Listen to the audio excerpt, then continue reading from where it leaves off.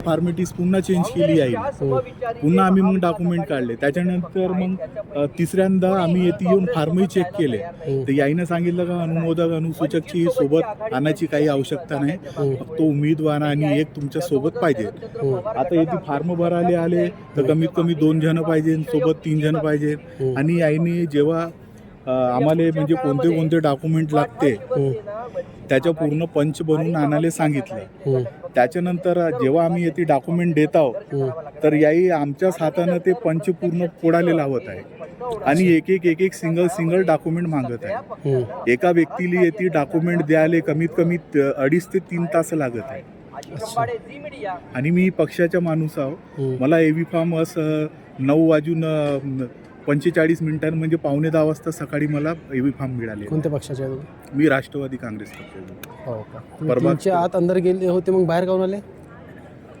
त्याईनं मला सांगितलं का पहिले स्टार्टिंगले फॉर्म मध्ये लिहून आहे का नवीन बँकेचा खाता पाहिजे राष्ट्रीय, त्याच्या स्टेटमेंटचा उल्लेखच नाही केलेला आहे का स्टेटमेंट पाहिजे म्हणून. नंतर मी आतमध्ये गेलो तर त्याही म्हणते का बँकचे 0 स्टेटमेंट पाहिजे. चुनाव आयोगवाले मोठ्या पक्षावर जास्त लक्ष देते आणि लहान पक्षावर कमी लक्ष देते, सर्वात असं काही होते का? जास्त बीजेपीवर लक्ष देत आहे.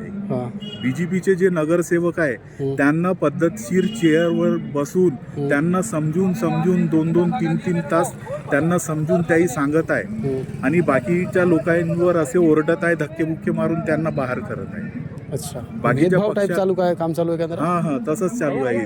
लहान पार्टीचे जे आहे त्यांच्यावर लक्ष नाही, पक्षावर लक्ष नाही होत आहे. पक्षवाल्याकडे बिलकुल त्याही असेच गैरअंदाज करत आहे. बिलकुल मोठ्या पार्टीवाल्याकडे लक्ष देत आहे. मोठ्या पार्टीवाल्याचकडे लक्ष देत आहे. हो का? जे बीजेपीच्या ऐवजी जे पक्ष आहे त्यांना झिडझिड करून राहिले, त्यांना समजून नाही सांगून राहिले. आणि जे बीजेपीचे पक्ष आहे त्यांना एकदम प्रेमानं बसून समजून त्यांना सांगून राहिले. माझे ऑलरेडी पूर्ण डॉक्युमेंट क्लिअर आहे. किती दिवसाहून तयारी केली होती? मी कमीत कमी 1 महिन्यापासून मी पूर्ण डॉक्युमेंटची तयारी केली आहे. सर्व माझ्यापाशी मुलाच्या जन्म दाखल्यापासून, माझ्या नावाच्या करेक्शन पासून, पोलीस व्हेरिफिकेशन पासून तर बँकेपासून तर प्रत्येक डॉक्युमेंट माझे क्लिअर आहे. तुम्ही कोणत्या प्रभागामधून लढणार होते? मी प्रभाग क्रमांक 4 मधून उभा आहोत. राष्ट्रवादी पक्षाकडून कॅटेगरी ओपन. राष्ट्रवादी कोणती? अजित पवार गट. अच्छा, घडीमधून उभा आहोत. हो का? आता तुमचा फॉर्म तो भरण्यात नाही आला तर कॅन्सल झाला. रिजेक्ट झाला ना. मी त्यांना सांगून आलो जास्तीत जास्त 2:45 वाजता मी येथून निघलो. आता रस्त्यामध्ये माहित आहे का किती गर्दी आहे ना, जागी रोड फोडून आहे. खूप त्रास होऊन राहिला आणि प्रत्येक झेरॉक्सच्या दुकानामध्ये गर्दी आहे. फक्त मला 10 मिनिटं उशीर झाला. तर आता पोलीस कर्मचारी जे काही साहेब आहे ते मला आतमध्ये जाऊच नाही दिले.